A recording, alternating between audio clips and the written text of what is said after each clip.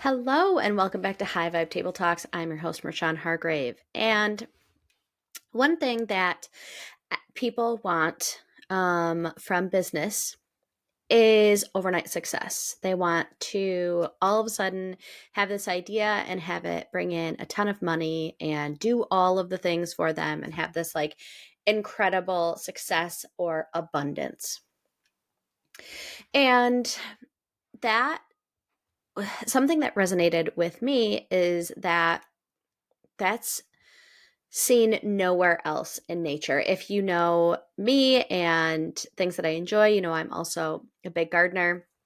I actually love the metaphors of creating a garden and building a business. And so, because we are in this gorgeous springtime, I thought I would sit down and record an episode about what the spring garden can teach us about building a business. So that's what we're going to talk about today. Quick story. I had the most lovely time with my daughter last night. I start most of my vegetable garden from seeds. If you're following me on Instagram, at High Vibe Cowork, you saw some of those in my story last night. My tomato and pepper seeds are really growing. I was able to plant some cucumber seeds last night, some different flowers, some melons. Typically I don't, okay, this is going to be too much information, but typically I don't, I guess it's related. Typically, I don't start cucumbers or melons inside because they don't love having their roots disturbed. But last year I had a terrible time getting any cucumber started at all because I guess that, what do you call them? I call them potato bugs. Some people call them roly-polies. My daughter came home and called them something else in something she was reading the other day. Tilly, something. I don't know. Doesn't matter. But I guess that they really like cucumber seedlings, and I think they destroyed a lot of my cucumbers last year. So, anyways, I'm trying something new, just like we do in business. It didn't work this way, so I'm going to try it a different way and see what happens. Um, but like I really got to um, get my hands dirty and start some more seeds and make sure all mine were watered. And some of my tomato seeds are really like getting big.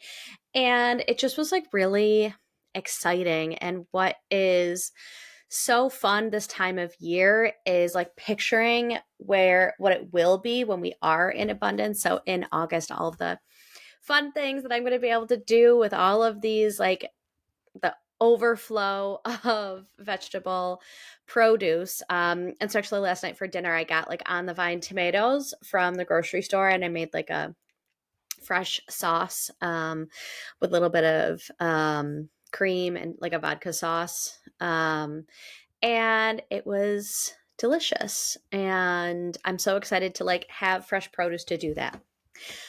But it was just this like really lovely time. And like I'm not reaping the benefits of it right now, but I'm also like able to walk around my property and we have all of these flowers growing. We have daffodils and these other purple flowers. I don't even know what they are.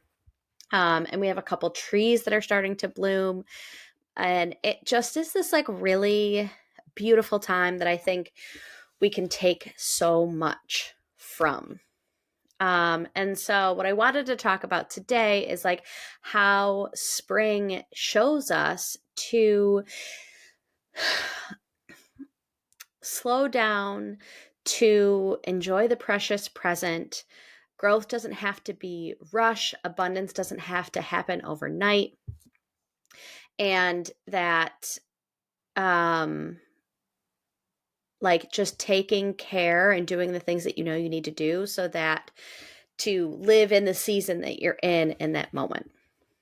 And so let's get into lesson one. And the first lesson is embracing the season that you're currently in. Spring is this like slow awakening. It's this slowly uncovering. And if you're in certain climates, like we get multiple false spring. So it's like, oh, look, it's 75 and gorgeous out. And then we've also had, I don't even know how many snowstorms here in April. And so it's not this automatic shift from winter to really nice every day. And so it's this slow process of coming out from your kind of winter burial. And also, progress isn't always like above the surface. You know, a lot of what my seedlings are doing right now is creating root systems, and they start in the dark, and they're slowly starting to come up to the surface, but they're also building a deep root system so that they can take in all of their nutrients. And that is way before we ever see leaves, before we see blooms. I mean, I'm not going to have a tomato from my garden until probably the beginning of August. But it's doing a lot of the hard work first. It's doing a lot of the hard work right now.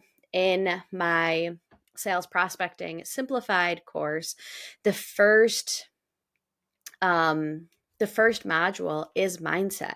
It's getting our mind right. It's doing the prep work. It's getting systems, habits, rituals, routines, all the things that happen in our brain set so that we can go out and do the hard work before we get into the abundance of, you know, a countertop full of tomatoes and cucumbers and peppers and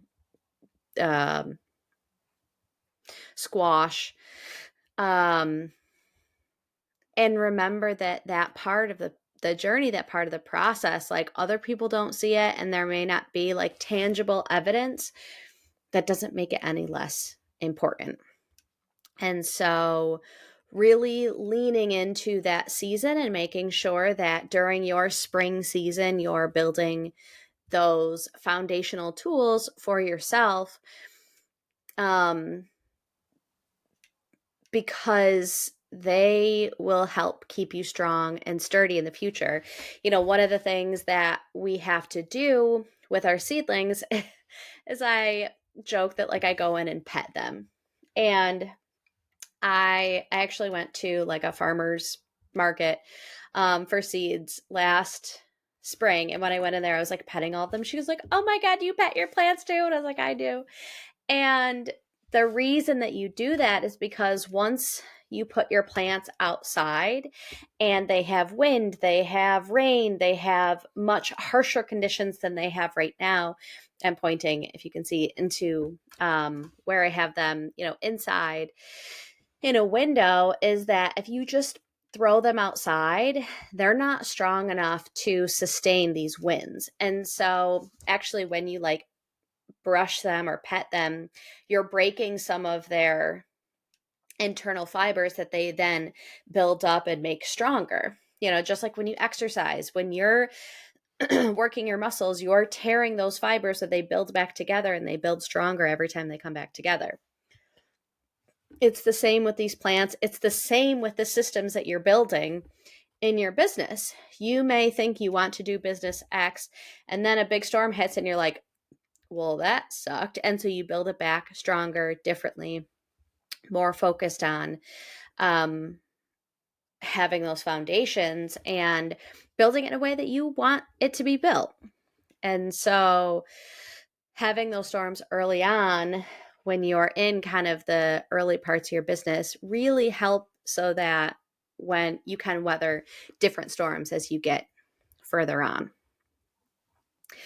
So the spring season of your business is super important.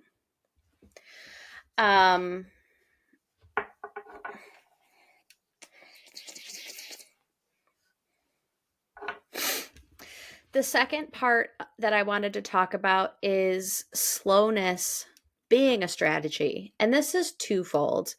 You know, I coach, everything seems to like interrelate, but I was coaching this past week and there's this one girl on the team and she's really, really coming along as a player, and she's right-handed, and we really forced them to use both hands. And she was trying to go as fast as she could on with her left hand than she does with her right hand. And I said, I want you to slow everything down. You're very strong at your right hand, and so you can go at a certain speed. I want you to do it right with your left hand first. Go slow, take your time, making sure all of your body movements are doing it the right way. Then we will speed it up. It's the same with business. Don't do everything at hyper speed and not sitting back and doing it the right way. You have to kind of dive in and see what works. And as someone with ADHD, I really like to I'm just going to dive head first. But remember that you have to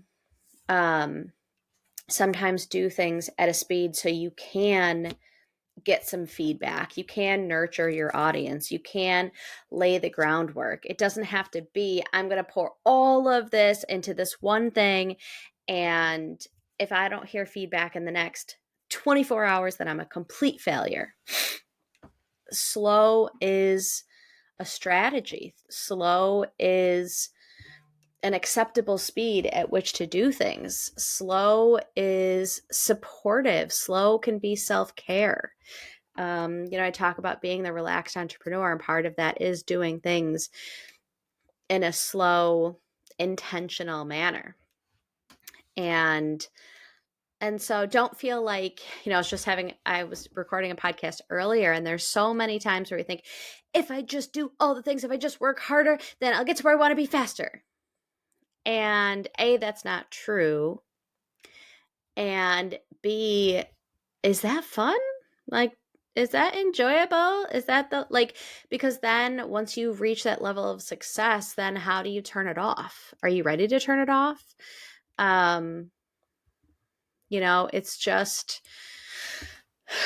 It's faster isn't always the answer. And I'm saying this as someone who does like to move at a speed that's not always the best. So I'm talking to you, the listener, and I'm also talking to myself.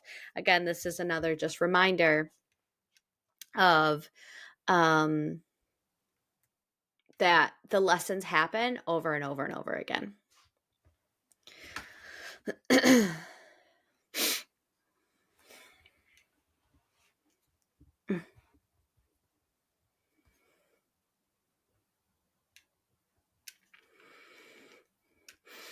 And kind of the last part that I'm going to talk about is that the garden blooms in the way that it wants to, in the time that it wants to, in the time that it needs to. It wants to grow. Like, I have so many things that grow in my garden every year that I planted previously, and I just let like fruit fall off, and those seeds create plants the next year. And so the garden wants to grow. Seeds want to grow. That is just nature.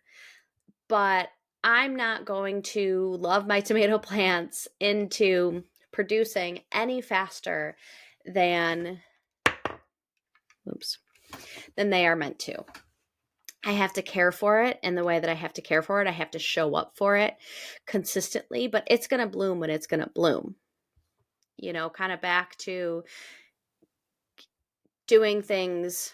If I just work harder and faster, I'll get to where I want to be. I can't care for and tend to my tomato plants and all of a sudden get tomatoes in, June 31st, July 1st.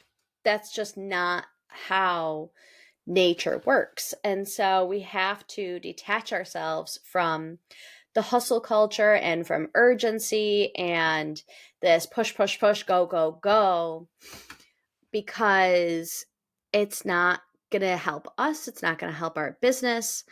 And really focusing on the small things that we can do well. So, did you show up to your prospecting power hours this week? Did you get to all your emails? Did you show up on social media? Did you send those outreach emails? And same thing with the garden. Like, did you show up to your garden? I have a poster from the YouTube channel that I follow a lot talking about gardening, Roots and Refuge, and it's on like the mirror in our bedroom, and it says the best medicine for a garden is a present gardener.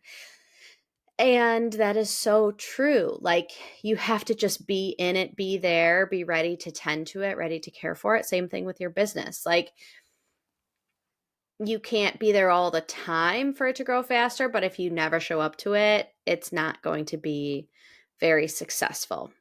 And so showing up consistently, that's what you have control over. You don't have control over how fast your plants grow. You don't have control over the pests that you get. You don't have control over how many weeds are in your garden.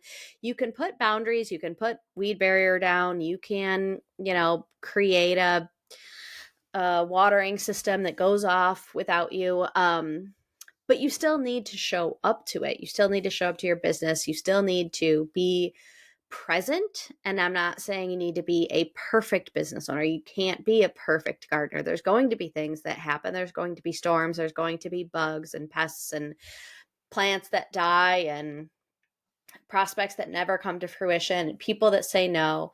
But did you show up? And if you did, then celebrate that. And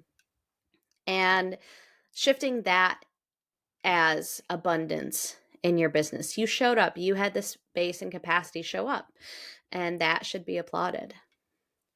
I was going to say something else with that. Now I lost it. I don't know. I lost it.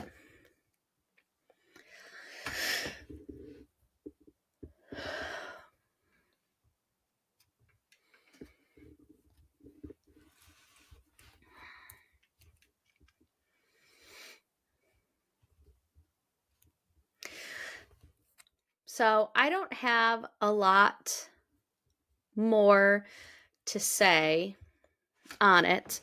But I would love for you to take some time to reflect on, like, what does spring look like in your business right now?